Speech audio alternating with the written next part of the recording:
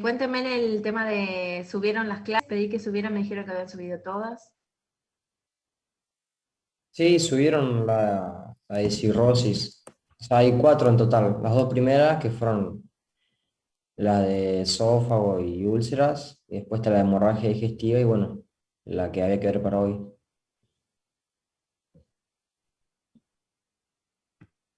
Bien, sí.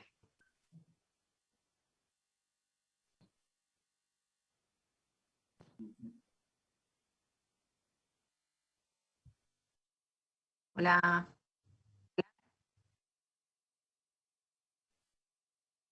No se te escucha, profe. hola, ¿me escuchan? No, ¿me escuchan? Sí, ahora sí. Hola, Sí, hola. ahora sí. ¿Ahora? Sí, sí. ¿Me escuchan? Sí. Sí, ahora sí, profe. Ahora sí. Lo que pregunta era si colgaron cáncer de colon o cirrosis. La de cirrosis colgaron esa.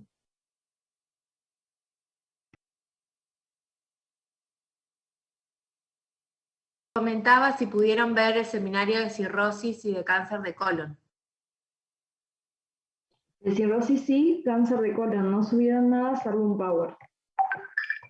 Ok, bueno. Hablamos, ¿de qué quieren hablar? ¿Pudieron todos ver cirrosis? ¿Quieren que hablamos de cirrosis primero?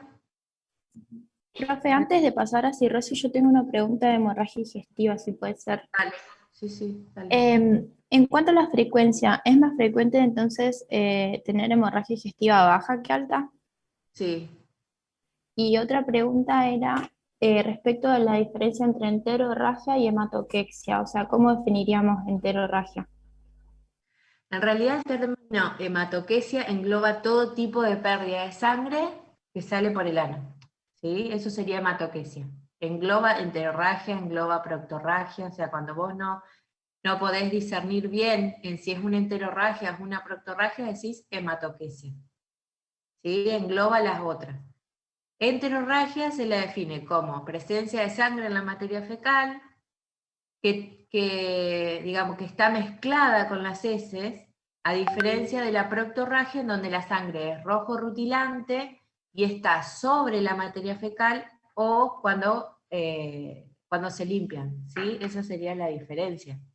Hematoquesia engloba todo, ¿sí? En realidad, por definición, es eliminación de sangre por ano. ¿Está? Y entonces la enterorragia sería más común en lo que es una hemorragia digestiva alta, o puede ser baja también. No.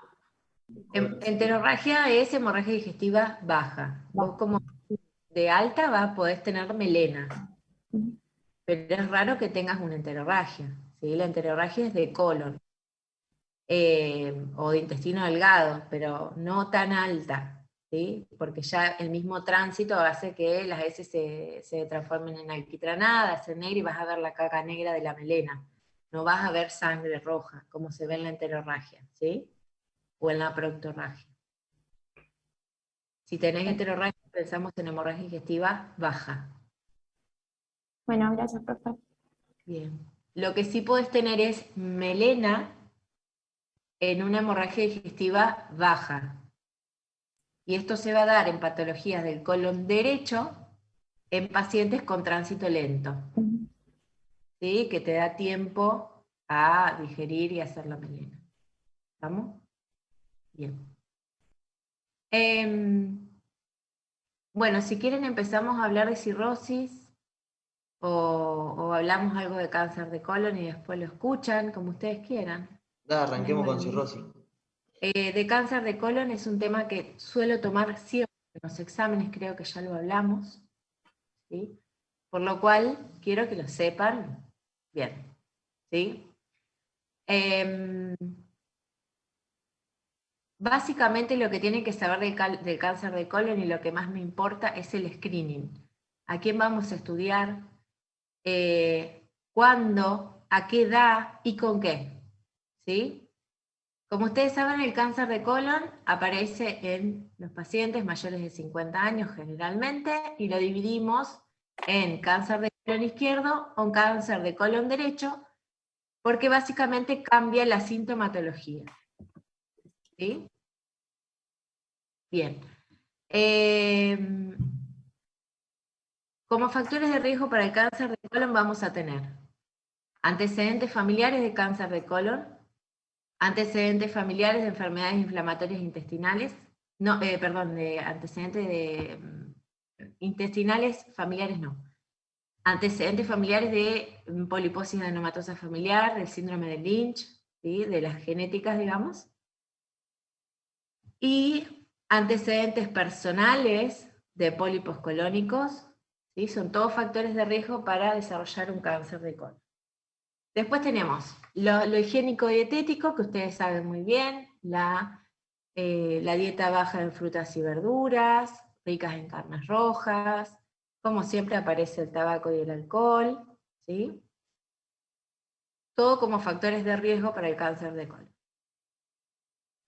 Dijimos que la clínica la dividíamos en cáncer de colon derecho, cáncer de colon izquierdo. Cáncer de colon derecho, recuerden que el colon derecho es más amplio que el cáncer de colon izquierdo. Entonces, en el cáncer de colon derecho vamos a tener básicamente todo lo que sea anemia y sangre oculta en materia fecal, ¿sí? Son pérdidas de pérdida. Y ya masa palpable cuando es un tumor ya avanzado. ¿Está? Sino básicamente anemia. ¿Está? En el cáncer de colon izquierdo es donde yo voy a tener lo que normalmente vemos, o lo que normalmente sospechamos, que es las heces acintadas, la alteración en el hábito evacuatorio con tendencia a la constipación, ¿sí? Ya cuando tenemos cáncer de recto, proctorragia, pujos, tenesmo, ¿sí? En el cáncer de colon izquierdo también puedo tener hemorragia, puedo tener enterorragia o puedo tener proctorragia, depende de la altura del cáncer, ¿sí? Pero básicamente diferenciar las dos, porque en un cáncer de colon derecho no voy a tener heces acintadas, ¿sí? Voy a tener una sangre oculta en materia fecal positiva. El diagnóstico de los cánceres de colon es con videocolonoscopía, ¿sí? Videocolonoscopía con toma de biopsia es el método gold estándar para hacer diagnóstico de cáncer de colon.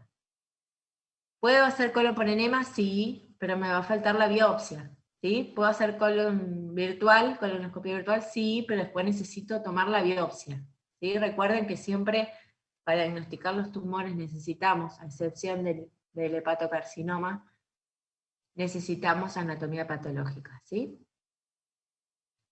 Y del cáncer, ¿y qué otro cáncer no necesitamos biopsia? ¿Y cuándo? A ver si se acuerdan. Del tubo digestivo estoy hablando, ¿no? ¿Qué otro cáncer puedo no necesitar biopsia e ir a cirugía igual? Uno es el hepatocarcinoma, ¿cierto? ¿Y el otro? ¿En páncreas? El de páncreas, exactamente. Si yo tengo un tumor de páncreas con criterios de resecabilidad, ¿sí? No voy a hacer punción biopsia, voy a sacar directamente la lesión. Siempre que tenga criterio de resecabilidad, ¿sí? Con el hepatocarcinoma pasa lo mismo. Si yo tengo un paciente con un hepatocarcinoma que tiene una imagen, generalmente tomografía o resonancia, con todos los signos de Guayao y demás, no necesito tomar biopsia, hago diagnóstico imaginológico, y si tiene criterios de resecabilidad, saco el tumor entero. ¿Sí? Bien.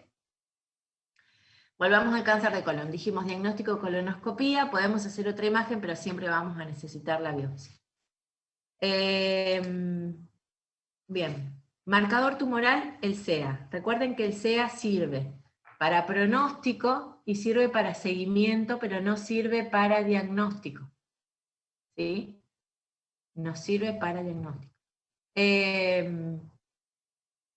Bien, eso por un lado del cáncer de colon. Después tenemos tratamientos, básicamente, tratamiento quirúrgico, ¿sí? Y quimioterapia, que puede ser neoadjuvancia o adjuvancia.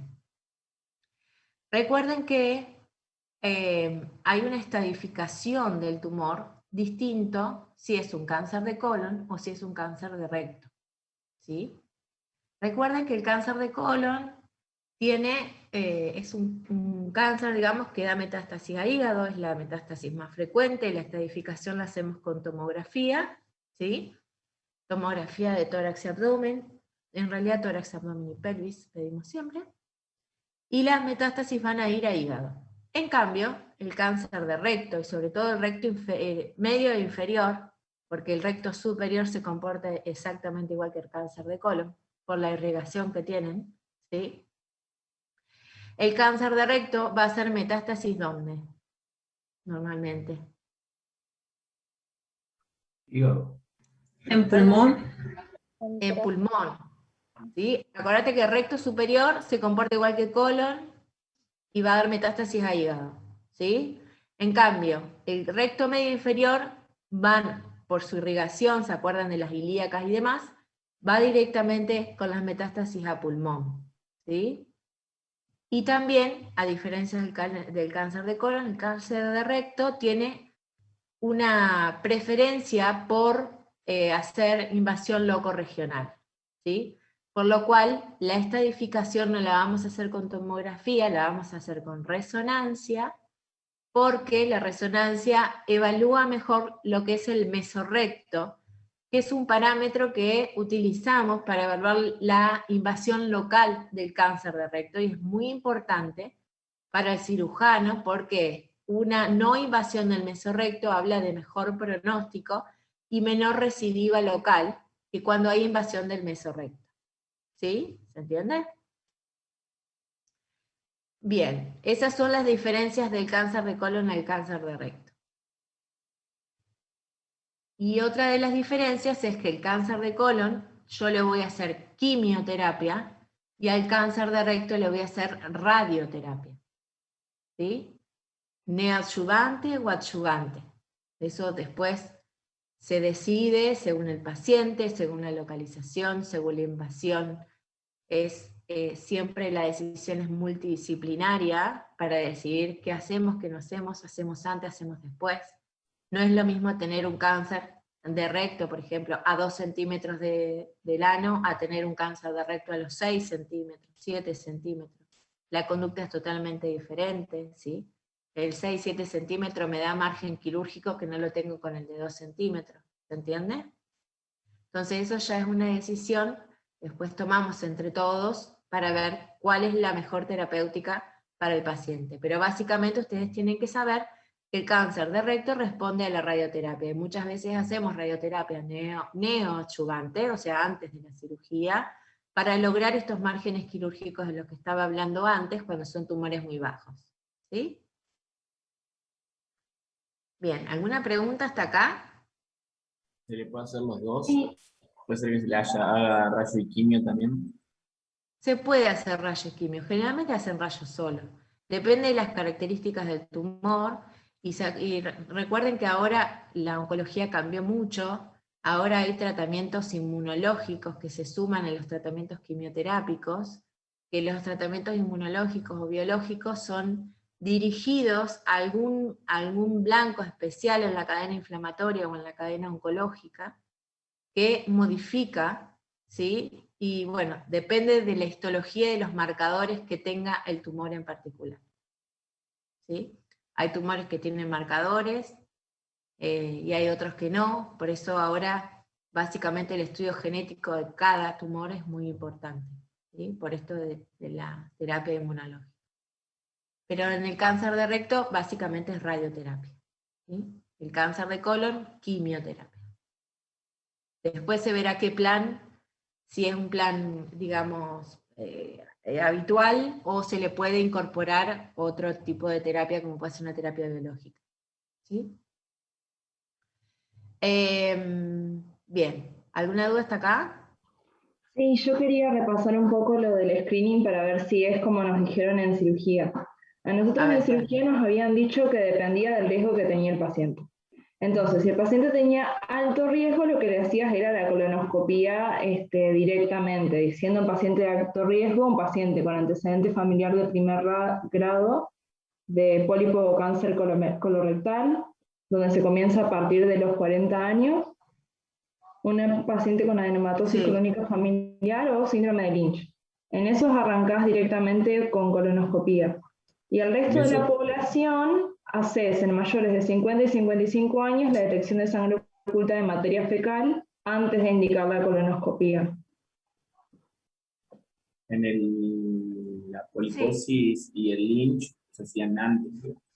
Claro, depende de la edad. El Lynch era comenzado a los 21 y la adenomatosis a partir de los 15. Ajá. Sí.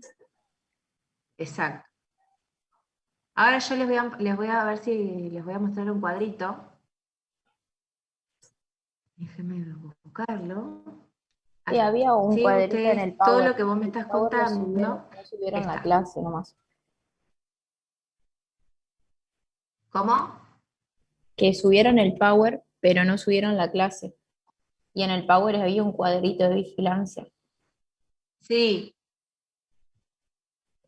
Ahí no estaba lo de la sangre oculta, me parece, pero se con ve que tengo mala internet.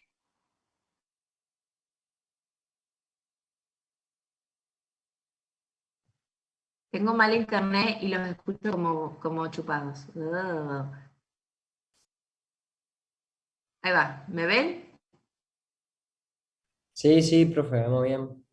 ¿Eso ven? ¿Cáncer de colon lo ven? Sí, ¿Sí? Bueno, este es el power que deben tener ustedes, si no me equivoco. Sí, sí.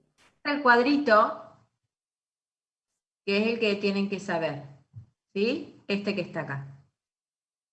¿El tema cuál es?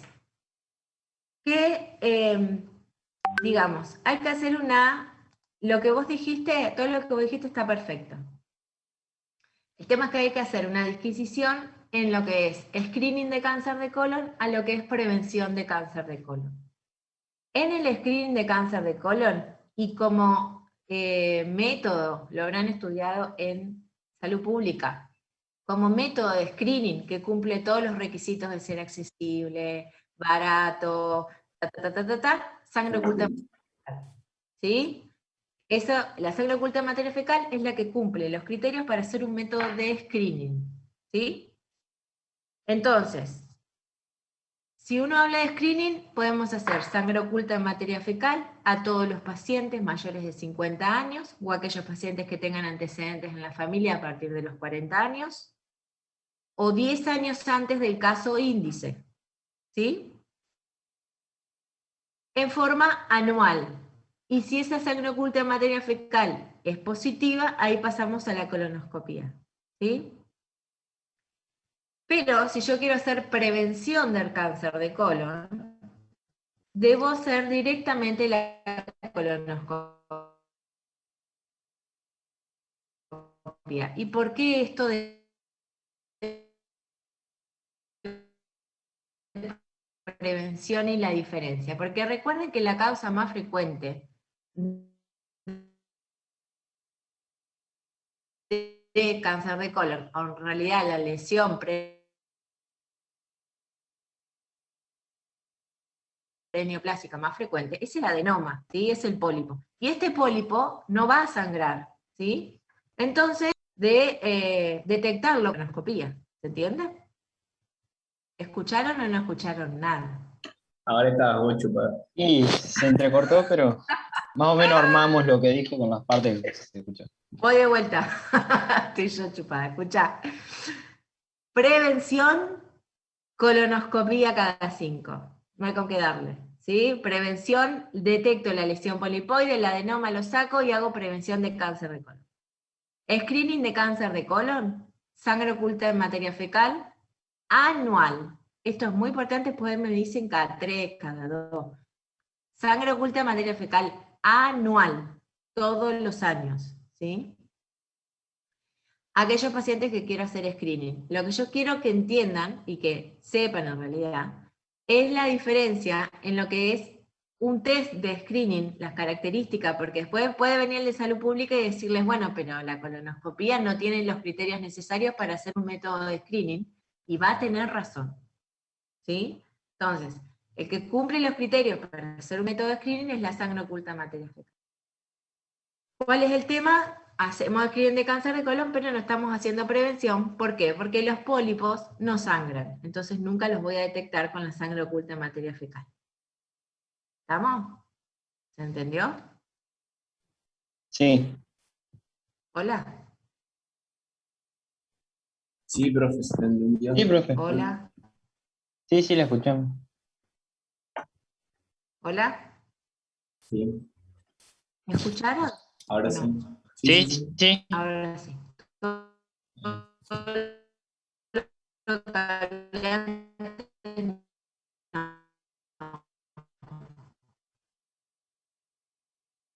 ¿Hasta dónde me escucharon? Todo lo de salud pública, ese Los pólipos no sangran, por eso no va a haber sangre oculta en materia fecal. Después se cortó todo. capaz que si deja de compartir pantalla se escucha. ¿Escuchan? Sí, ahora sí. Ahí está. Eso era. Los pólipos no sangran. ¿Ahí me escuchan más? Sí, escuchamos. La escuchamos Ahora bien. sí. Profe, Bueno. una pregunta. Ok. Usted dijo Entonces, que cuando sí, encontrábamos un adenoma, le retirábamos, o sea, un pólipo, y ahí empezamos a hacer cada 5 años, o siempre hacemos cada 5 años. depende de la característica del pólipo. Y ahí, bueno, yo si les comparto pantalla me quedo sin, no sé, se pudre todo. Básicamente, si ustedes van al cuadrito, ¿sí? Que veíamos antes, que después lo tienen, ahí arranca. ¿Cada cuánto tengo que hacer el screening? Básicamente, lo de las patologías, digamos, hereditarias, como el síndrome de Lynch y la PAF, que empezábamos a edades muy tempranas, el síndrome de Lynch a partir alrededor de los 20 años, y en la poliposis adenomatosa familiar aún más precoz, alrededor de los 15, 16. Bueno, acá el cuadrito dice 10, 12 años, ¿sí? Y eso es en forma anual o bianual, ¿sí? Entonces, como para guiar, población general, ¿sí? Población general sin antecedentes de colon a los 50 años, ¿sí? Sí. Pueden llegar a leer alguna guía en donde ya empieza el screening a los 45 años, ¿sí?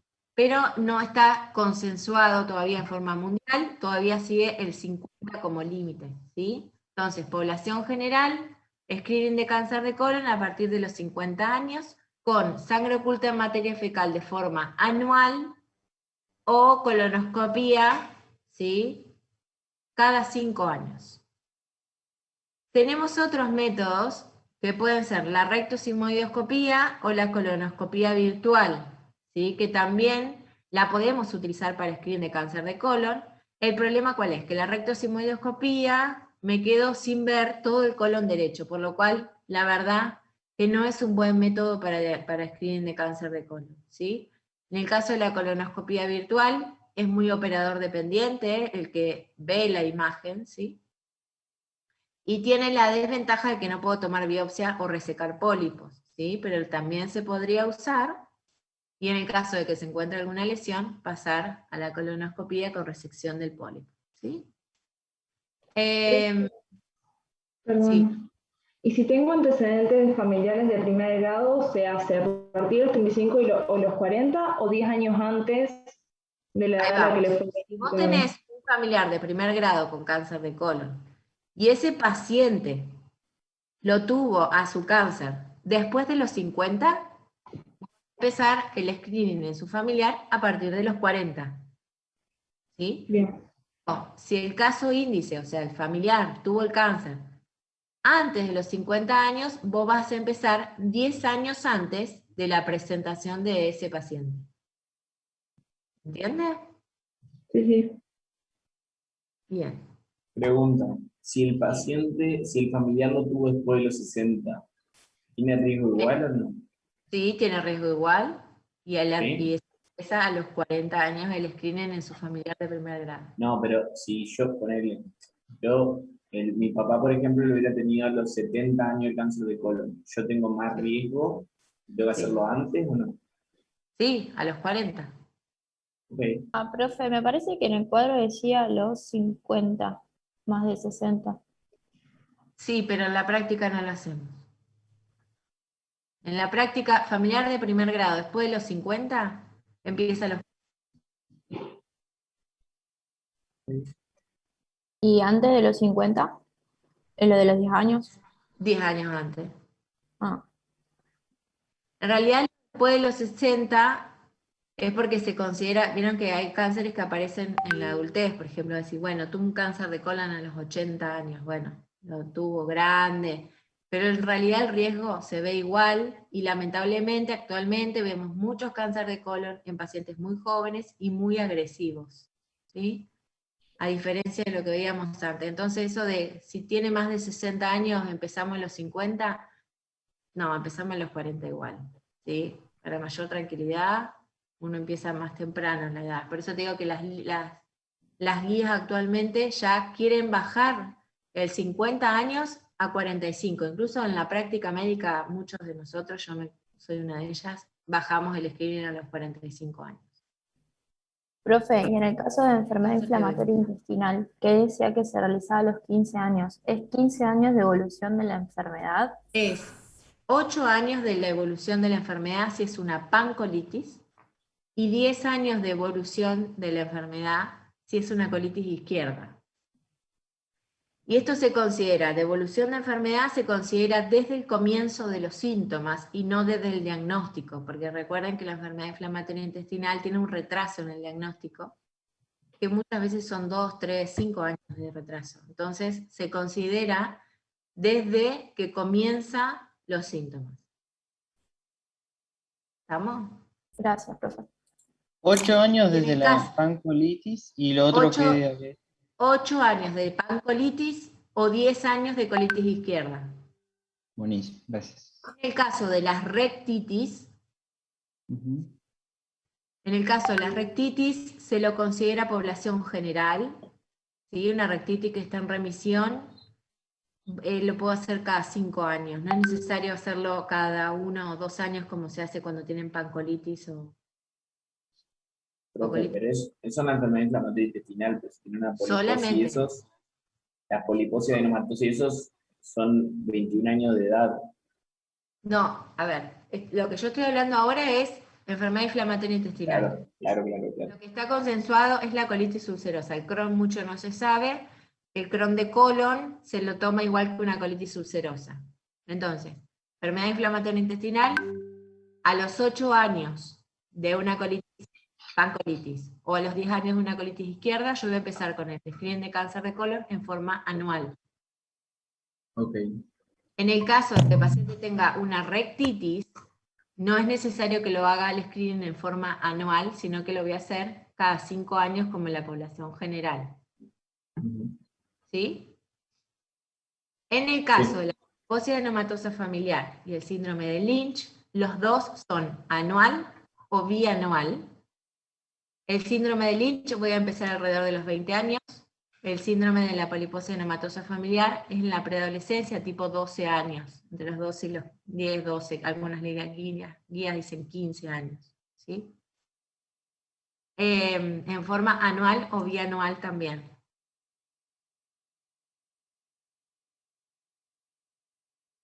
¿Vamos? Perfecto. Ok. Sí. Obviamente que en todo lo que sea genético, es decir, poliposis adenomatosa familiar, síndrome de Lynch, enfermedad inflamatoria intestinal, ¿sí? No se me va a ocurrir pedirle una sangre oculta en materia fecal. Voy a pedir directamente colonoscopía. ¿Sí? En realidad, a ver, nosotros, pongámonos donde estamos. En Santa Fe tenemos colonoscopía en el privado y colonoscopía en el público. Entonces, sería de buena práctica pedir directamente colonoscopía para screening, en lugar de la sangre oculta en materia fecal. Porque estaríamos haciendo no solo screening, sino también prevención del cáncer de colon. ¿Sí?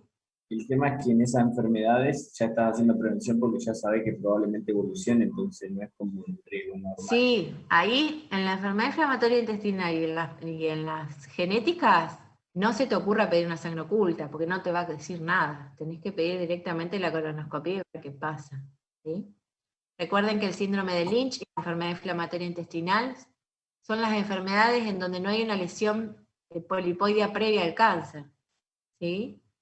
Incluso en la enfermedad inflamatoria intestinal, el paso de adenoma a adenocarcinoma es por una vía diferente a la que ustedes ya conocen, del KRAS, del P53, no sé si estudiaron alguna vez eso. Sí, en tercero con el mancito. ¿Sí? Bien. En la enfermedad inflamatoria intestinal no existe toda esa cadena de 10 años, ¿se acuerdan que pasa 10 años entre el adenoma y el adenocarcinoma? En el caso de la enfermedad inflamatoria intestinal, la cadena es mucho más cortita, es nada más que por una alteración del P53, entonces el paso a cáncer es displasia a cáncer, no hay Lola, ¿sí? Es mucho más rápido. Bien, ¿alguna otra cosa? ¿O duda de cáncer de colon? Entonces, si yo les pregunto screening de cáncer de colon, me tienen que contestar. Sangre oculta en materia fecal anual, ¿sí? O colonoscopía cada 5. ¿A partir de cuándo? 50 años. Si tiene familiar antecedente de primer grado de cáncer de colon, empiezo a los 40 años o 10 años antes del caso índice, si el paciente índice tiene menos de 50 años al momento del diagnóstico del cáncer. ¿Sí? Ok. ¿Alguna otra pregunta de cáncer de colon? Es muy frecuente de ver, chicos, ¿eh? Así que tienen que tenerlo en la cabeza. Bien, bueno. ¿Alguna otra pregunta de esto? Después van a ver que hay una clase de divertículos, que con que lean la clase está bien. Después si quieren o tienen alguna duda me preguntan, pero no es muy complicado. Lo que sí es complicado es cirrosis. Profe, la clase de cáncer de colon y de divertículo, ¿puede pedir que la suban? Porque Sí. esas no están subidas. En realidad me dijeron que ya la habían subido. Tendrían que tener un botón directamente con coordinación, así que No, pero le dé una descarga porque eléctrica cuando algunos de ustedes me preguntó.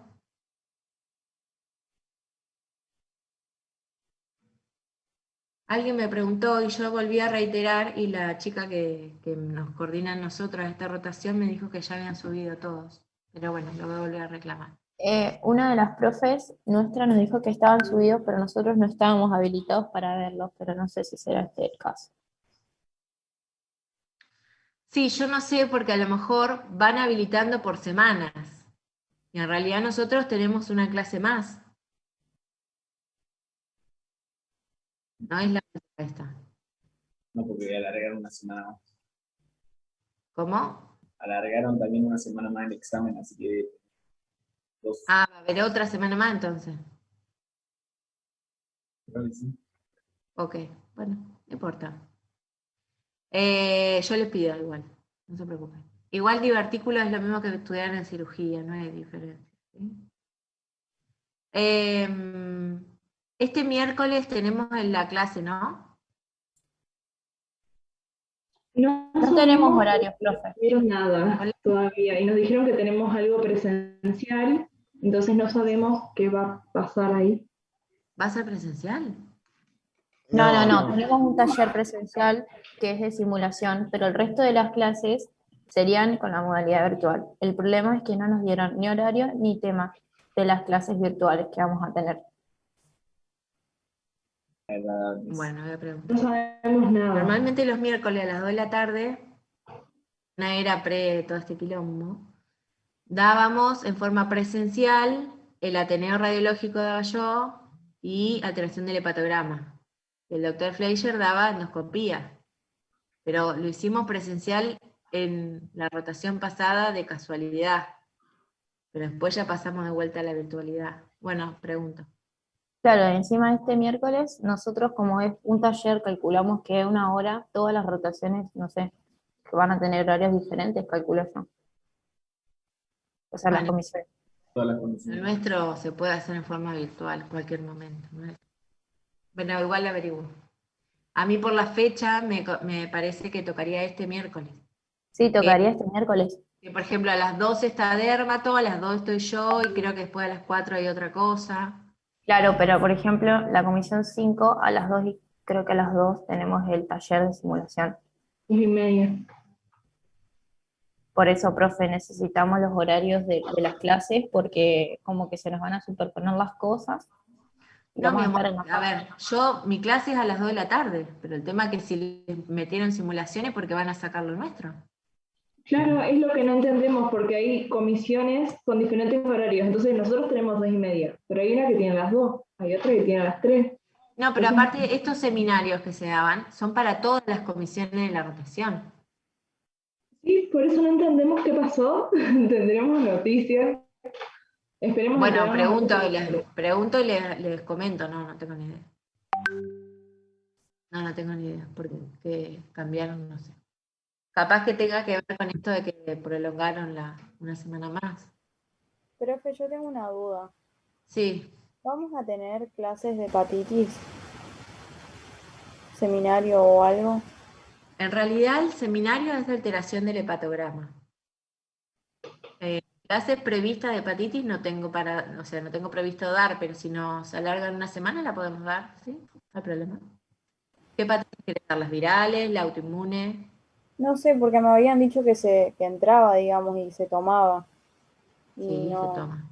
supuestamente En realidad, lo que más se toma es la Actives, alteración del hepatograma, que es lo que vamos a ver, no sé si este miércoles, si el próximo, algún miércoles, vamos a ver alteración del hepatograma, en donde ahí yo les muestro cuáles son las diferentes alteraciones del hepatograma y según eso, a qué patología sospecho. Igual podemos dar una clasecita de hepatitis virales, autoinmunes, no hay problema. Hagamos después, en esa semana de más que tenemos. buenísimo. Muy tomable y que a veces meten la pata, es, por ejemplo, les preguntan, bueno, tiene alteración del hepatograma, tiene transaminasas por 10. ¿En qué sospecha? Una hepatitis, bárbaro. ¿De qué vía de transmisión tiene la hepatitis B? por sangre, o sea, sexual, Ujú. jeringa, y todas esas cosas.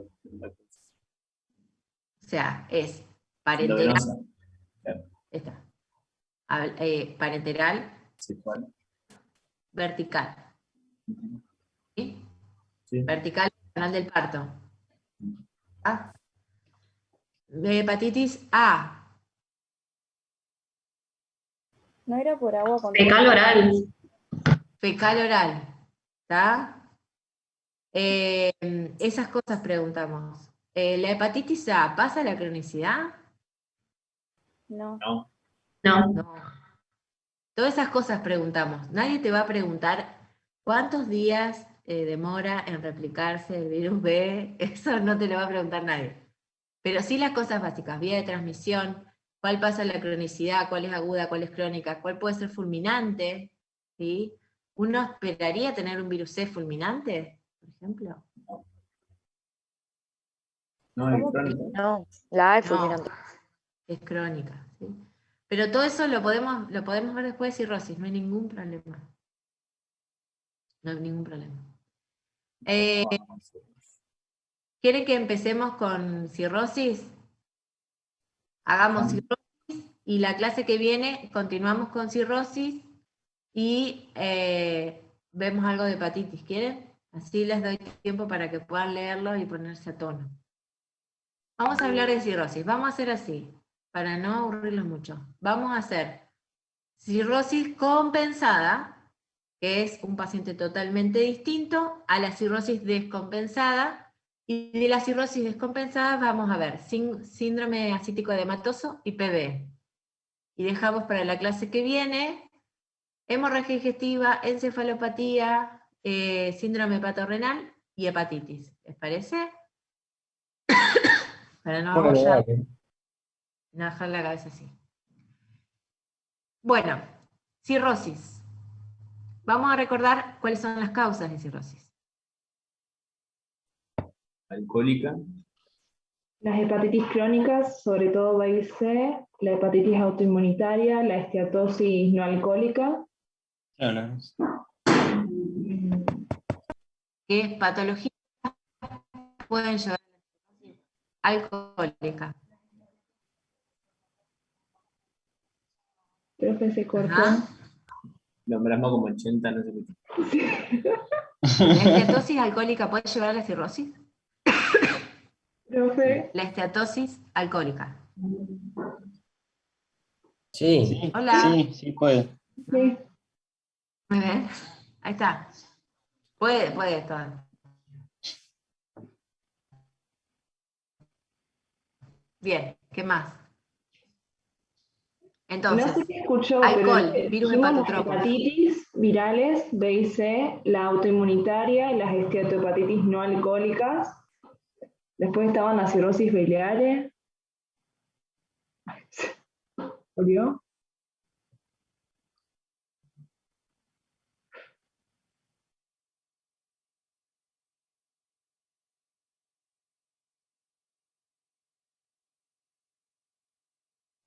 Hola. hola. Sí, ahí está. Bueno, entonces, vamos de vuelta. Alcohol, virus hepatotropos, autoinmune, esteatosis, ¿qué más? Las poshepáticas, que eran la insuficiencia la cardíaca. Las Por porcolangitis, congestión.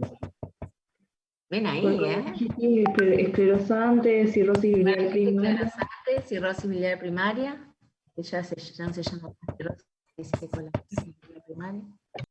¿Qué más? Era Wilson. Las metabólicas, Wilson, hemocromatosis. Muy bien. La deficiencia de la alfa Esas son 1 también. Esas son las más frecuentes, ¿sí? ¿Qué me pueden llevar a la cirrosis? ¿Qué sería cirrosis? ¿Cómo me definirían cirrosis? sería el estadio final de una enfermedad, digamos, hepática, crónica, y se caracteriza por fibrosis y nódulos de regeneración, que, digamos, comprometen en forma tanto arquitectural como hemodinámica la función del hígado. Bien, perfecto. ¿Y eso qué lleva? A una alteración de lo que es la vasculatura, generando una hipertensión portal y cambios regenerativos en hígado. Bien, perfecto. ¿Cómo llego yo al diagnóstico de cirrosis? Y había toda una serie de criterios, o sea, tenías los criterios clínicos a los que sumabas el laboratorio y imagenológico, generalmente con ecografía bastaba. Después le puedes hacer más cosas. Bien. ¿Qué esperás encontrar en el laboratorio? Ya. Mejor vamos al examen físico primero. Examen físico. Semiología tercero. Ya los quiero ver. Y va a depender si es una cirrosis leve o ya avanzada, digamos, si es compensado o descompensado. Está compensado el paciente. La más difícil es el compensado. El descompensado es más fácil. Estamos Tiene compensados. Ginecomastia. Ginecomastia. Las telangiectasias. Eritema palmar. Lo que tenían ahí, ¿cómo era? Rinofima. La rinofima. Sí, La generalmente hipertrofia son parotídea. síntomas generales, o sea, es un paciente que viene con astenia, calambre, pueden llegar a tener manifestaciones. Espere que se me cortó. Momento. Me quedé entre la gestasia. ¿Qué dijeron después? La rinofima. Ajá. Hipertrofia parotídea, astenia. Bien. Sí. Eritema palmar. Bien. Y el hábito de Chowstek. Ok. Recuerden que la hipertrofia es solo del alcohol, ¿eh? Sí. Lo de la pérdida del vello. Pérdida del vello, muy bien. Hipertrofia parotídea bilateral. Sí. La circulación colateral en el abdomen, que la cabeza medusa se podía ver. Bien. Lo que siempre buscamos son las telangiectasias o los spider en tórax se buscan, ¿sí? En tórax y cuello.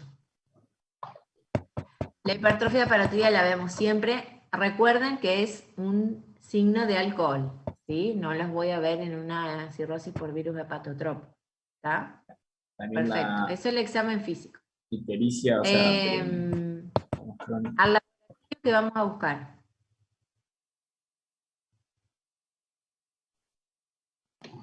Y en el hemograma puedes tener una anemia, depende también del paciente, puedes llegar a tener una anemia por un sangrado crónico por las varices, o generalmente el paciente cirrótico es un desnutrido, entonces puede llegar a tener una anemia por algún déficit hipovitamínico. Provocaba resistencia a la insulina, la cirrosis, entonces puedes encontrarte alterada la leucemia. Sí, pero en el hepatograma, más que nada, Claro, elevación Sí, leve a de ver. la transaminasa, aumenta la bilirrubina.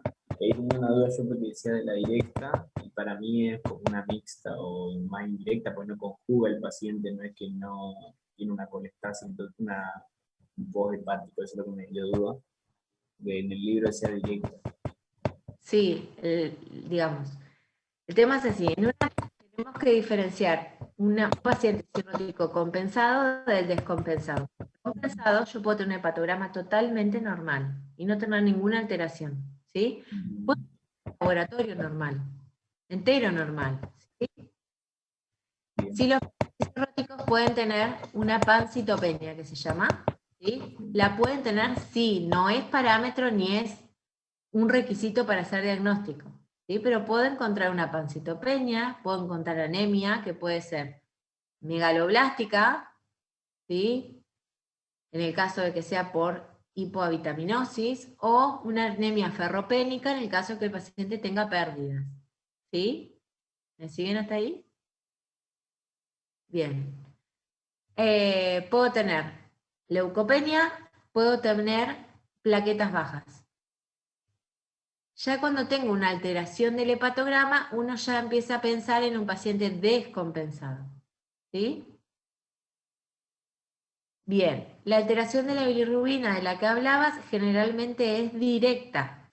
¿Puede ser indirecta o puede ser mixta? Sí, voy a tener una indirecta, por ejemplo, por hiperplenismo, por destrucción de los glóbulos rojos. ¿Sí? Mi pregunta es, ¿por qué es directa si el paciente se supone que el problema es la conjugación? No, porque vos tenés no solo de la conjugación, sino que también tenés alteración del parénquima hepático. Entonces, por ese motivo vos podés tener directa. Porque ¿Me no salga del entendés? parénquima, porque que no salga del Claro, hígado sería. por la misma fibrosis, por los nódulos de regeneración y toda la alteración del parénquima. Más allá de la indirecta que vos me decís por el hiperesplenismo, o por qué te referías. No, por dificultar la conjugación, porque se supone que hay lesión, si hay cierta lesión o dificultad en la llegada de la sangre a los hepatocitos, digamos, ahí Es que para mí estaría. no hay alteración de la Ok. llegada del hepatocito. O sea, en la salida sería el problema. Claro, no. Listo. Que no llega a conjugarse, ¿eh? No. Ok. Tiene el aumento de la bilirrubina indirecta por el hiperesplenismo que produce destrucción de los glóbulos rojos. Pero, profe, por ejemplo, ¿Sí? la acumulación de fibras colágenas que se Y otra vez se produce me como cortó, consecuencia de la se me dio. inflamación en los espacios de DIS, ¿eso Hola, no condiciona el ¿me intercambio con escuchan? los hepatocitos? Hola. Hola. Ah, no. ¿Sí? ¿Me escuchan? Ahí está. Ahora sí. ¿Ahora sí? Sí. Ok. Le decía, profe, entonces, la acumulación de fibras colágenas que se produce como consecuencia de la inflamación en los espacios de DIS, no condiciona entonces el intercambio con el hepatocito.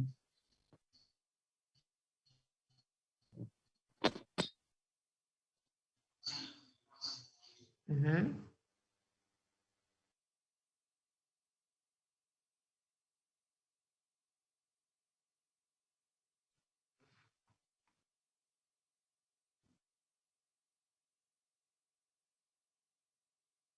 Ah,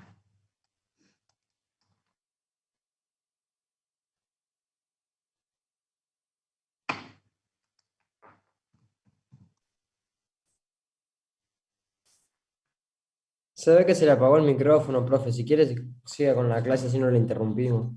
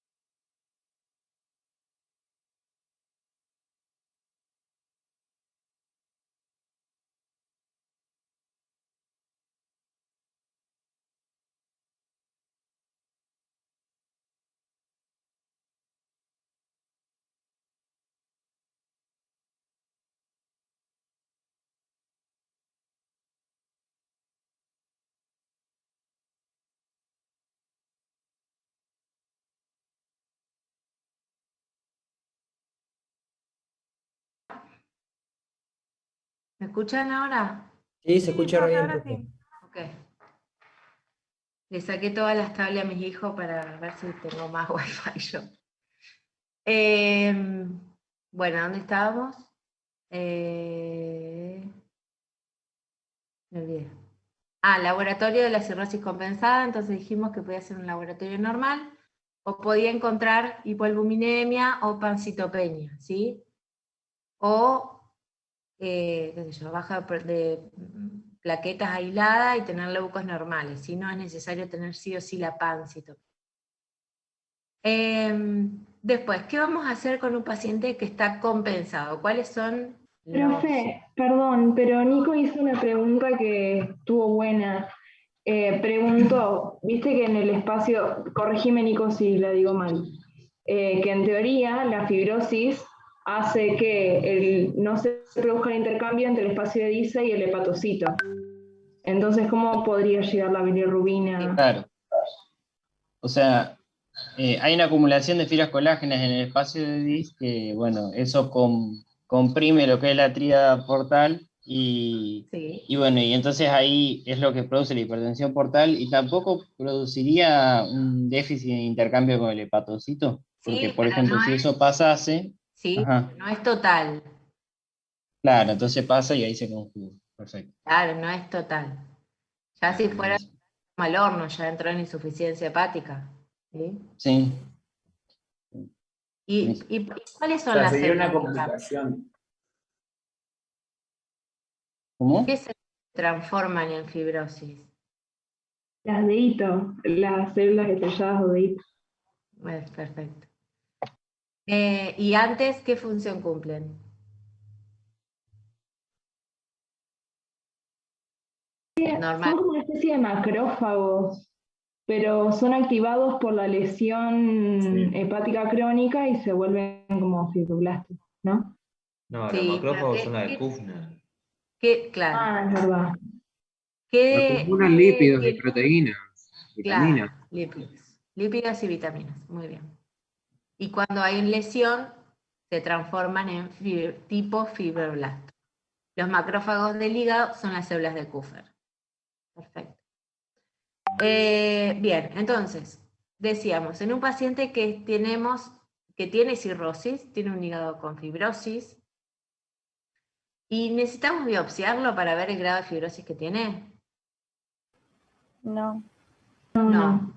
¿Sí? En general, como ustedes estudiaron, el término cirrosis es un término básicamente anatomopatológico, pero se sabe que no todos los pacientes con cirrosis se biopsian. Vamos después a ver a quién vamos a biopsiar. No es necesario para llegar al diagnóstico. Y después tenemos también, para evaluar el grado de fibrosis, un método que no es invasivo, que se llama FibroScan o elastografía, que me va a evaluar el grado de fibrosis que tiene el paciente. Básicamente los divide en 4 grados, según la cantidad de fibrosis que tiene el paciente. ¿Estamos? Bien. ¿Qué vamos a hacer con el paciente que tiene una cirrosis compensada? ¿Tenemos que tener algún cuidado? ¿Le vamos a dar alguna indicación? Tratar de reducir la causa, o sea, eliminar la causa. Bien. Nos vamos a la etiología, entonces abandono de alcohol, tratamiento del virus si lo tiene, ¿sí? Bien. Y prevenir que si tiene varices o lo que sea, y saber las complicaciones que puedan llegar a desencadenarse, ¿no? Digamos. O sea, informarlo al paciente, perfecto. ¿Qué más? Asegurarle una buena nutrición al paciente y recomendarle las vacunas para la hepatitis. Bien.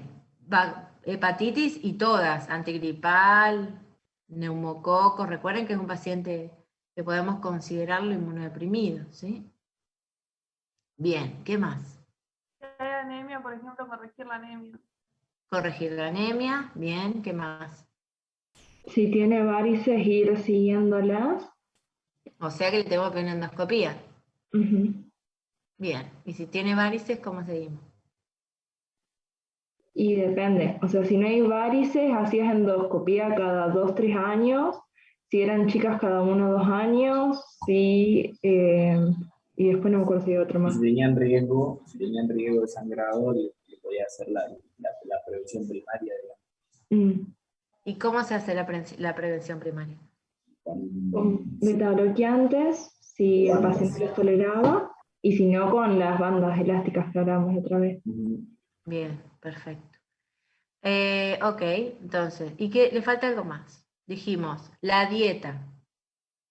Comer sin sal, no me lo dijeron. Comer sin sal. Tratamiento de la etiología de la cirrosis. Vacunación ya dijimos, y me falta una. La endoscopía, ¿y qué más me falta? Falta Evitar evitar las drogas nefrotóxicas como son los IECA, los AINES, los ARA2. Bien, muy bien, perfecto. Eso puede llevarme a qué complicación. compensación. Claro, compensación hepatorrenal. Muy bien. ¿Qué otra cosa le digo? Me falta uno. Hay que darle suministro vitamínico. Sí, está bien. Eso lo podemos hacer con complemento vitamínico o con dieta. Depende del grado de desnutrición que tenga el paciente. Pero ¿qué debo pedirle al paciente con cirrosis independientemente de la etiología y que también se lo voy a pedir a aquellos pacientes que tengan virus B, aunque no tengan cirrosis? Ecografía. La eco y la alfa-fetoproteína. Exacto. ¿Cada cuánto pedimos la eco? Cada 6 meses. Cada 6 meses. Perfecto. Pedimos la eco cada 6 meses. Si tengo alfa-feto, acompaño con la alfa-fetoproteína. No es súper necesario la alfa-fetoproteína, sí la ecografía. ¿Sí? Si no tengo alfa-feto, pido eco cada 6 meses. Si evidencio algún nódulo, se pide un segundo estudio, tomografía o resonancia. ¿Sí? La alfa-feto, recuerden que lo que importa en la alfa-fetoproteína es, para hacer un diagnóstico precoz, es el seguimiento, ¿sí? Es ir viendo el aumento de la alfa-fetoproteína. Porque si no, como criterio, digamos, diagnóstico, tenemos que tener una alfa-fetoproteína por encima de 1000, ¿sí? Como para decir tiene un hepatocarcinoma. Por encima de 200 es sospechoso. Por eso es mucho más fidedigno y me ayuda más un diagnóstico precoz, y yo voy viendo o voy pidiendo cada 6 meses el alfa-feto y voy viendo un aumento, aunque no me llegue a 1000, yo ya sé que alfa-feto alta o que me está subiendo y le encuentro un nódulo en una de las eco, ya sé que tengo que pensar y descartar el hepatocarcinoma. ¿Sí? Y ahí pido una segunda imagen, como dije antes, puedo pedir ecografía, que nosotros pedimos ecografía, tomografía trifásica. Trifásica es porque me da los 3 niveles: arterial, venoso y portal, ¿sí? O una resonancia magnética, lo que yo tenga disponible. Cualquiera de las dos puede hacer diagnóstico de hepatocarcinoma. Perfecto. Eso es lo que vamos a hacer con el paciente compensado, ¿sí? Ahora, el paciente descompensado. ¿Y por qué causas se descompensa un paciente cirrótico? Una infección, por ejemplo. O Infección. un hepatocarcinoma, los fármacos. Bien, perfecto. Algo que aumente la demanda. Claro, como decía, una infección no puede ser la fiebre. Si no abandona el hábito alcohólico. O sea, que no tenga una buena adherencia al Bien, tratamiento. entonces una hepatitis que haga transgresiones alimentarias, e infecciones, hepatocarcinoma, hemorragia digestiva, drogas nefrotóxicas, como dijimos, ¿sí? Son todas causas de descompensación. Y dentro de las posibles complicaciones de la cirrosis tenemos la hipertensión portal con el síndrome cítico edematoso, la encefalopatía hepática, el síndrome hepatorrenal, que son frecuentes, hemorragia digestiva, síndrome cítico edematoso con la posible PBE también. Dentro de las infecciones, ¿cuáles son las infecciones más frecuentes que podemos encontrar en un paciente cirrótico?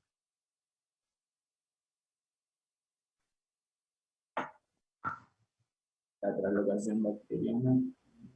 Bien, la PBE, la primera, después. Una infección en el tracto urinario. ¿Una infección en el tracto? urinario, o sea, una ITU. Bien, una ITU. ¿Y la tercera? No pueden tener oral, muy oral. ¿Orales? ¿Qué? Nos rendimos, díganos usted. Una neumonía aguda de la Neumonía, sí. Neumonía, o sea, PB, infección urinaria, neumonía son las tres más frecuentes. Puede tener cualquier cosa, ¿no? Infección de piel y partes blandas, erisipela, no sé, faringitis, cualquier cosa, ¿sí? Pero esas son las tres más frecuentes. Entonces, vamos con el síndrome ascítico edematoso. Y vamos a poner un ejemplo como para figurarlo, digamos que sea más práctico. Yo tengo un paciente que ingresa a la guardia, ¿sí? Por un síndrome ascítico edematoso. ¿Dónde estamos? Tiene 60 años, antecedentes de etilismo. Y viene a la guardia porque se le hinchó las piernas y la panza, ¿sí? Entonces, nosotros estamos en la guardia, vamos a hacer interrogatorio, como dijimos, hay que buscar posibles causas, ¿cierto? Ingesta de alcohol, si tiene antecedente de alguna hepatitis, siempre deben hablar con el paciente y con el familiar, ¿sí? Muchas veces cuando llegan descompensados están algo encefalopáticos, ¿sí? Por lo cual, por ahí el interrogatorio al paciente no es tan confiable, por lo cual siempre deben interrogar también al familiar. Cuando llega nuestro paciente, ¿qué hacemos? ¿Qué le pedimos? Una ecografía abdominal. Bueno, la eco hoy es sábado, la vas a tener el lunes, con suerte. hemograma, creatinina, urea. Ahí está. Primero le buscamos estigmas de hepatopatía crónica, ¿cierto? Porque hay otras causas del síndrome ascítico edematoso. Sí. Sí, ¿cuál? La más frecuente. Peritonitis, Neoplasia. Una insuficiencia cardíaca derecha. Peritonitis, síndrome ascítico edematoso, no. ¿No? ¿No? Edematoso no. Podés tener ascitis, pero no vas a tener ascitis. edema. El más Un síndrome nefrótico. Bueno, ¿y otro más frecuente? Insuficiencia cardíaca derecha. La insuficiencia cardíaca congestiva, ¿sí? Que ahí ustedes van a tener un paciente totalmente diferente, ¿sí? Un paciente que no se puede acostar, que no tolera el decúbito, con antecedente de corazón grande. Eso cuando ustedes lo interrogan así, el paciente enseguida les dice, ¿sí? Tengo el corazón grande, es lo que más frecuentemente refieren. Por ahí no te saben decir, tengo insuficiencia cardíaca, te dicen, tengo corazón grande. Bien, ese es nuestro primer diagnóstico diferencial, pero siempre el paciente, la presentación del paciente va a ser diferente. Entonces, sigamos. Tiene estigmas de hepatopatía crónica, el familiar nos dice que toma alcohol. ¿Qué estudios le pedimos? ¿Pedimos laboratorio? Hemograma, Sí. Con albúmina hemograma, y coagulograma. Bien. Hepatograma Bien. y ionograma. Bien. Glucemia. Bien. Creo que también se le Perfecto. pega el rin. ¿Cómo? Que creo que también se le pedía el rin. Sí, coagulograma, muy bien. Coagulograma, entonces, hemograma, glucemia, urea, creatinina, hepatograma, coagulograma, albúmina, ¿sí? ¿Qué más le vamos a pedir? ¿Cultivos? Ionograma. ¿Sí? ¿Qué le vamos a pedir? ¿Alguien dijo algo ahí? Un ionograma, pero ya lo dijeron. Pamela dijo cultivo. Ionograma ya está, ya lo pedimos. Le pedimos el laboratorio entonces completo, eco, que viene después. O sea, no es que viene después, sino que por ahí no la tenemos ya. ¿Qué más? ¿Qué más hay que pedir? Una paracentesis.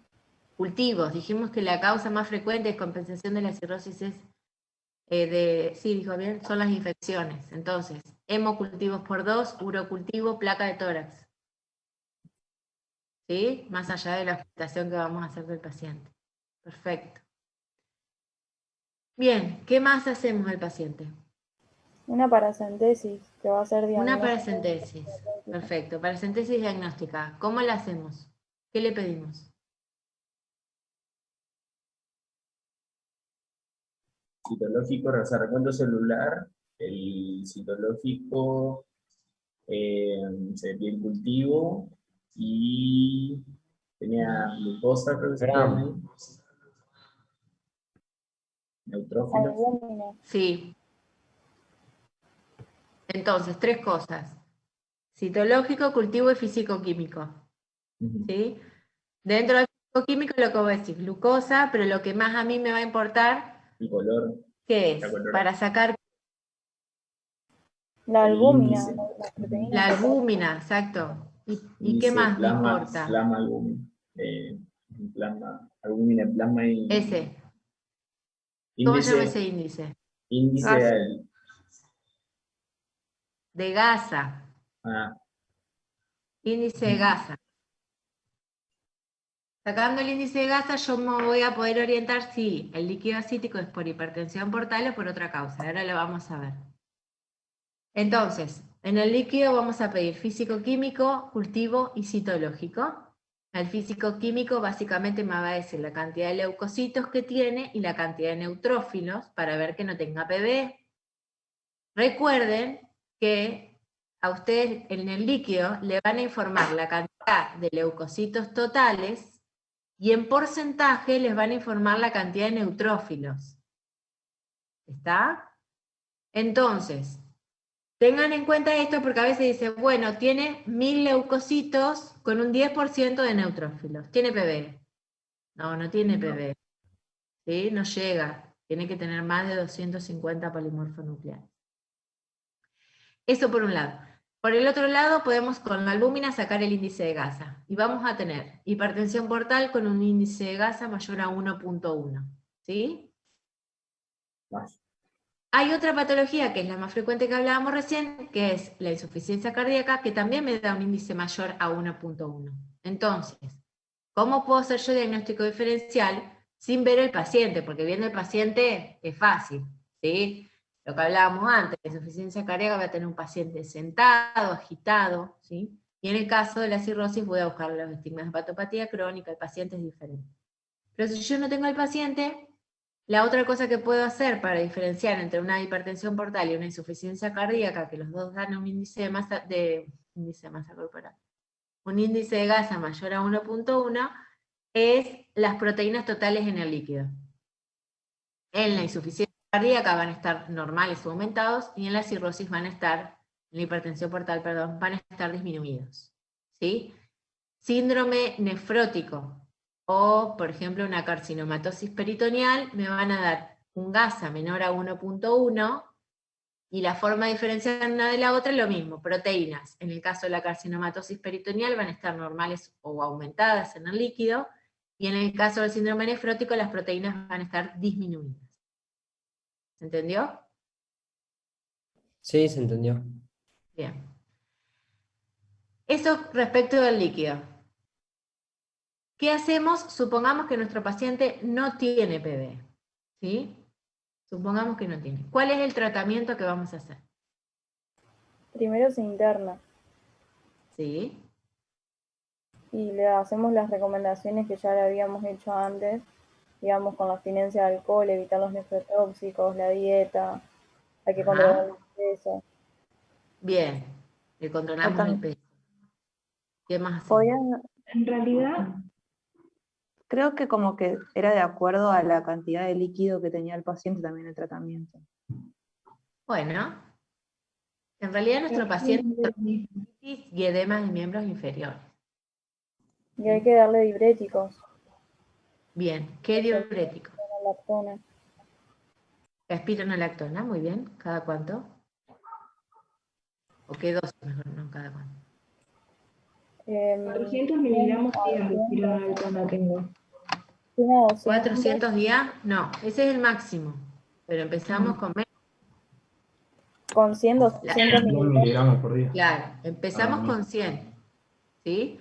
Vamos a utilizar espironolactona 100 miligramos día, con una dosis máxima, si el paciente no responde, de 400 miligramos día. Y furosemida vamos a empezar con 40 miligramos día, con un máximo de 160 miligramos día en los que no tengan respuesta. ¿Cuál es nuestro objetivo? lograr un descenso de peso de 500 miligramos en el paciente que no tiene edema de miembros inferiores y de 1000 gramos, perdón, o sea, un Gramos, kilo, ajá. medio kilo o 1 kilo en el caso de que tenga edemas de miembros inferiores. ¿Sí? Ese es ¿Cómo se nuestro. administra, profe, la espironolactona? ¿Cómo? ¿Cómo es la dosificación? Le doy los 100 miligramos. Vos le empezás con 100. Nosotros nos Sí. manejamos, sí, más o menos todos hacemos lo mismo. Si el paciente tiene edema de miembros inferiores, vamos a arrancar con 1 y 1. 100 de espiro y 40 de furo. Si el paciente no tiene edemas de miembros inferiores, generalmente ponemos espiro sola, sin la furo. ¿Sí? Volvamos a nuestro paciente, tiene edema de miembros inferiores, entonces ponemos un aspiro, una furo, y lo esperamos. Dieta hiposódica, restrinjo el líquido que le paso por la hidratación, siempre son hidrataciones a 7 gotas con dextrosa, no más que eso, para mantener una vía nada más, ¿sí? Entonces, la dieta hiposódica, el reposo y lo peso. Si el paciente con esa dosis cumple nuestro objetivo de bajar 1 kilo por día, nos quedamos ahí. Si yo veo que el paciente pasado 2 o 3 días no tiene un descenso correcto del peso, lo que voy a hacer es aumentarle la dosis. Voy a aumentar la espiro a 200 y le puedo agregar 80 de furo o me puedo quedar con los 40 de furo. El problema del espiro que el funcionamiento, la vida media es prolongada, por lo cual el aumento de la espironolactona tendría que ser alrededor de cada 3 días. No es que de un día para el otro no funciona y le pongo, y le pongo, y le pongo. ¿Sí? Por ahí hay algunos pacientes que cuesta un poquito arrancar, pero arrancan. En general la furo, como ustedes saben, es un diurético mucho más potente, por lo cual nos ayuda un montón, pero hay que tener mucha precaución, porque también me puedo pasar con el diurético, ¿sí? Y generar deshidratación y ya descompensarlo por abuso de diurético, y alterar la función renal, ¿sí? Por eso, en general empezamos con 1 y 1, si el paciente responde, cuando deja de tener edema de miembros inferiores, retiro la furosemida y se queda solo con espironolactona a la dosis que respondió. Si yo, durante su evolución del síndrome ascítico hematoso, le puse 200 de espiro, no es que al alta se va a ir con 100, se va con los 200. ¿Se entiende? Sí, ¿y cómo la toma? ¿Se la doy intravenosa cuando está internado? No, todo pastilla. Oral. La furo sí puedes dársela endovenosa. Y no ¿Cuántas veces al día? 100, viene de 100, le das un comprimido día, la espironolactona. Y la furo viene de 40, o viene la ampolla que le podés pasar endovenosa de 40.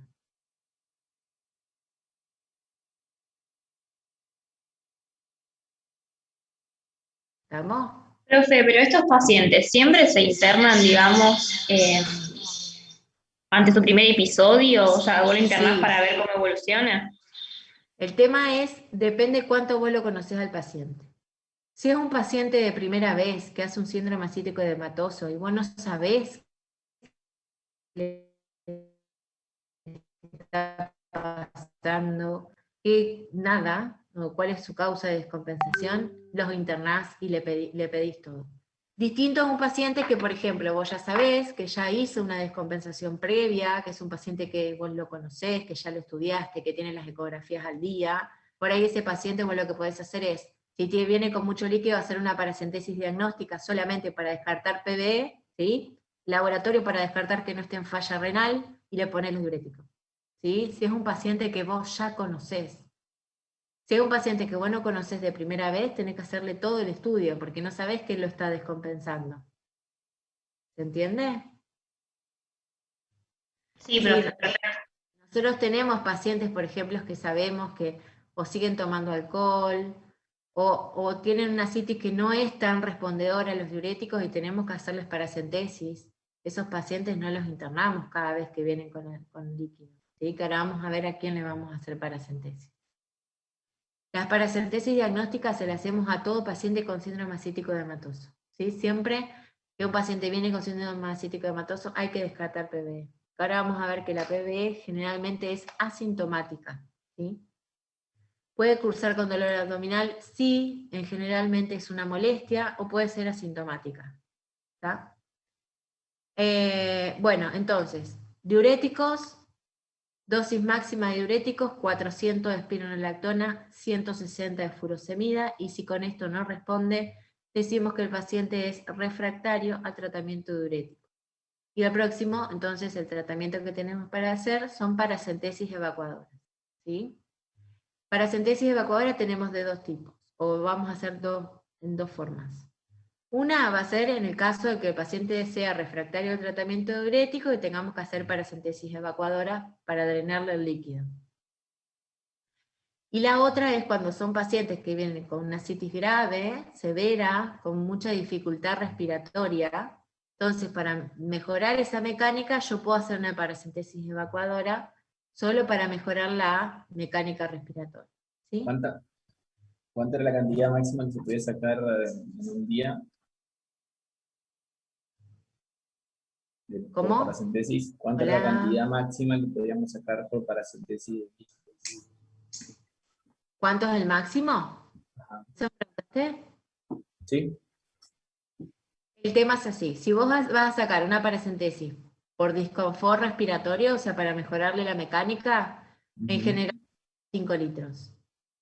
Hasta 5 litros vos podrías no reponerle albúmina y ponerle, por ejemplo, un Rischer o pasarle un fisio. ¿Sí? Pasados los 5 litros, yo tengo que reponer albúmina. Y voy a reponer 8 gramos de albúmina por litro que le saco. Y la reposición es de litros totales que saco, no a partir de los 5. ¿Sí? Si le saco 8 litros, repongo 8 litros, no repongo 3. ¿Se entiende? Bien. Esto es porque si no repongo, hay una alteración, básicamente altero la función renal, ¿sí? Por estimulación del sistema renina-angiotensina-aldosterona. Ok. En ese caso, entonces, si le sacarías 4 litros y medio, 5, ¿no reponés? Podés no reponer albúmina, le pasás un fisio, por ejemplo. Ay, claro, pero vos, de albúmina, si vos sacaste 6 litros. Repongo 6. 6 por 8, o porque los 8 gramos de albúmina lo multiplicás por la cantidad de litros y ponés toda esa cantidad de albúmina. Claro, haces 8 litros. Y esa es la cantidad de gramos de albúmina que tenés que reponer. Genial. Ahí tienen que saber que hay dos cosas que a los cirróticos es como ponerle nafta super, la albúmina y los antibióticos. Es nafta de los pacientes cirróticos. Bien, hasta acá vamos. Entonces, tratamiento diurético, reposo, dieta hiposódica. La restricción hídrica, ¿cuándo le vamos a restringir el líquido, sobre todo bioral? Cuando tengan una hiponatremia muy severa, por debajo de 126 miliequivalentes de sodio, ¿sí? Si no, no es necesaria la restricción hídrica, sí la restricción de sodio. ¿Estamos? Bien. ¿Alguna duda de esto? ¿No? Bien. Después tenemos el diagnóstico de PB. Bueno, en ascitis muy refractarias dijimos que hacíamos la paracentesis evacuadora, y en aquellos pacientes que ya tengan una resistencia tal o que las paracentesis evacuadoras sean muy frecuentes, ya hay que pensar en un TIPS y alguna otra forma de resolver la ascitis refractaria, ¿sí? Profesor, te iba a preguntar, ¿en qué consiste un TIPS? El TIPS es una prótesis cubierta, ¿sí?, que comunica la circulación portal con la circulación sistémica, ¿sí? Y es un stent que se coloca a través del hígado, por cateterismo, digamos, ¿sí? Al comunicar los dos sistemas, yo disminuyo la hipertensión portal porque disminuyo el flujo portal. Claro, sería una derivación. Es como una derivación, exactamente. Tenés los TIPS que son a través de esta prótesis, o tenés los Jung. Que los Jung, el más utilizado es unir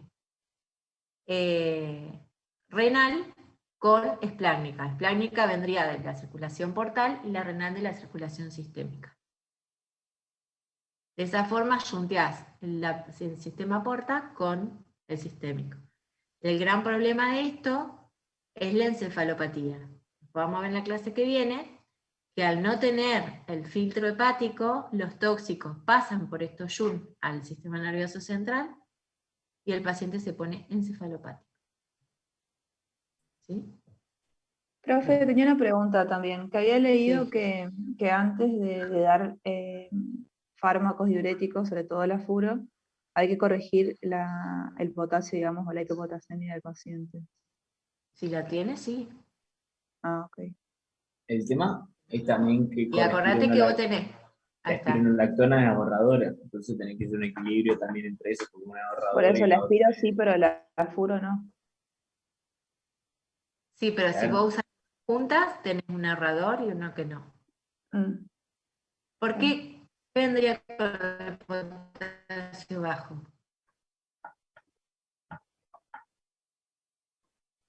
No sé, solamente, bueno, no me puse a buscar, solamente leí que decía que ¿Hola? había que corregir el potasio. Hola. ¿Cómo se me congelan? Sí, el tema es que, bueno, a veces cada uno puede tener ¿Hola? No, hipopotasemia por sí. Hola. Sí, hola.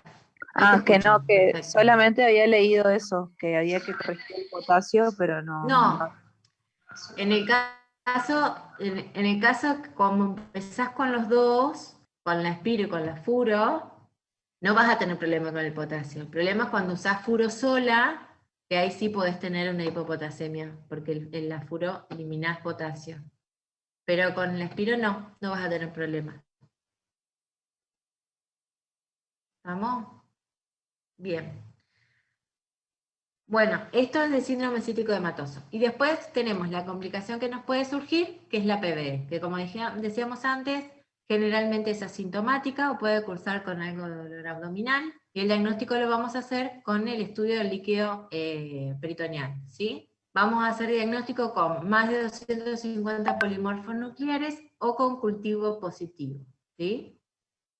El tratamiento de la peritonitis bacteriana espontánea es con antibióticos. Generalmente usamos una cefalosporina de tercera generación, sumado a albúmina, ¿sí? Albúmina se hace 1.5 gramos por kilo el primer día, y después las primeras 48 horas, y luego se baja a 1 gramo kilo día, ¿sí? Recuerden que la peritonitis bacteriana espontánea es monomicrobiana, es por translocación bacteriana, y general el germen más frecuente es la Escherichia coli, ¿sí? El más frecuente. A diferencia de la peritonitis bacteriana secundaria, que esta suele ser polimicrobiana, ¿sí? Es una de las diferencias que tienen las dos. ¿Qué más contarles? El tratamiento ya les dije, el antibiótico se hace por 7 días. Bueno, y después los pacientes al alta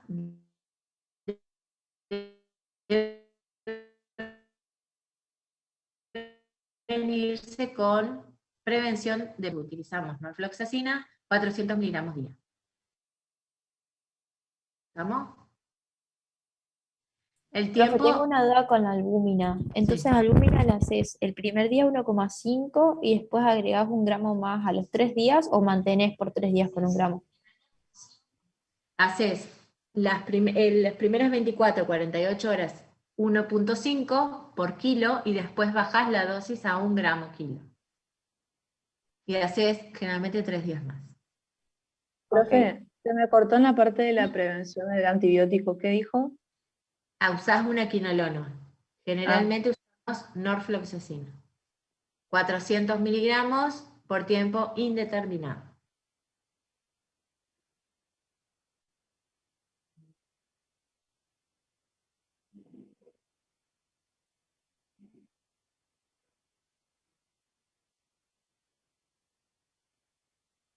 ¿Alguna pregunta?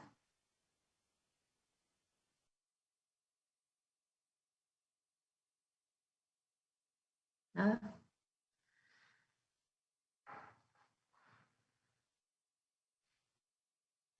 ¿Entendieron todo? Clarísimo. Clarísimo. Bueno, escuchá. ¿Nos vemos el lunes? Profe, ¿puedo hacer una última pregunta? Sí, dale, tranquilo. En el caso de la ascitis refractaria, ¿en qué caso Sí. se optaría por el trasplante ortotópico? ¿Por el trasplante? Ortotópico, algo así decía.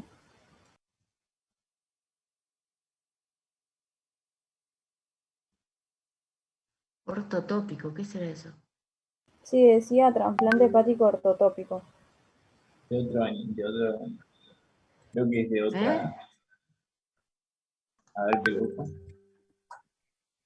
A ver, el trasplante hepático vos lo vas a hacer, tiene criterio en un paciente que tiene un síndrome ascítico dematoso refractario. Siempre los TIPS y los SHUNTs que uno puede hacer son puente al trasplante, por esto de la encefalopatía uno no puede dejar eternamente el paciente con TIPS o con SHUNT. El tema es que además el paciente tiene que tener los criterios extra. Siempre el criterio de trasplante, de hacer trasplante o cuando uno decide hacer un trasplante, es cuando el trasplante le va a dar una calidad de vida mejor a la que ya tiene. Considerando todo el resto, medio social, que va a estar inmunosuprimido de por vida, el contexto, ¿sí? Porque, por ejemplo, nosotros teníamos un paciente que tenía todos los criterios para hacer el trasplante, pero el paciente no tenía un mango, vivía solo, y no tenía ni plata para tomarse un colectivo y venir al hospital. Ese paciente tiene contraindicado el trasplante por el medio social que tiene. Y vos acordate que es un paciente que va a estar inmunosuprimido siempre. Entonces, el trasplante siempre es el tratamiento definitivo para todas las enfermedades hepáticas que vayamos a ver. No sé esto en particular del trasplante ortotópico, no sé qué será. Pero bueno, trasplante hepático, si el paciente cumple con los criterios, una ascitis refractaria es un criterio para trasplante. Después tenés que evaluar el resto del paciente. Profe, es lo mismo, es el El trasplante tratamiento común. puede ser un trasplante Ortotópico hace referencia a sacar el órgano y poner otro, o sacar un pedazo del órgano y poner otro en el mismo lugar que iba a ser. Nada más. Okay. Bien. Aprendimos una palabra, o por lo menos yo que no sabía qué era. ¿Se entiende? El trasplante definitivo hepático siempre está. Siempre es el trasplante es como el tratamiento. El tema es que hay que llegar al trasplante. Ustedes saben que muchas veces se mueren en la lista, en espera de un órgano. ¿Sí? Así que, bueno, sí, siempre el trasplante es el tratamiento definitivo. Bárbaro, profe. Lo vas a ver en toda patología que veas que estudies de hígado, vas a ver que el trasplante es el tratamiento definitivo. ¿Sí? Cuando todo lo demás no resuelve, va a trasplante. ¿Y a quién voy a trasplantar? Lo que te digo, aquel paciente o quién, ¿en qué momento trasplantar? En el momento que yo sé que el trasplante hepático le va a generar mejor calidad de vida que la que tiene el paciente. Ese sería como el criterio de cuándo voy a trasplantar a un paciente. Un paciente, por ejemplo, que tiene una hepatitis autoinmune, por ejemplo, una paciente que tiene una hepatitis autoinmune, que está en remisión, que con acitoprina está perfecta, esa paciente hoy no tiene criterio de trasplante. Probablemente en 20 años capaz que sí, pero hoy no, porque no voy a mejorar su calidad de vida con el trasplante hepático. ¿Se entiende? Porque con el tratamiento médico está bien. Ok. Bueno, chicos, nos vemos el lunes que viene. Nos vemos. Vemos. Póngame presente en el chat. ¿Qué querés Nos ver, vemos el Angelina? lunes que viene. Nos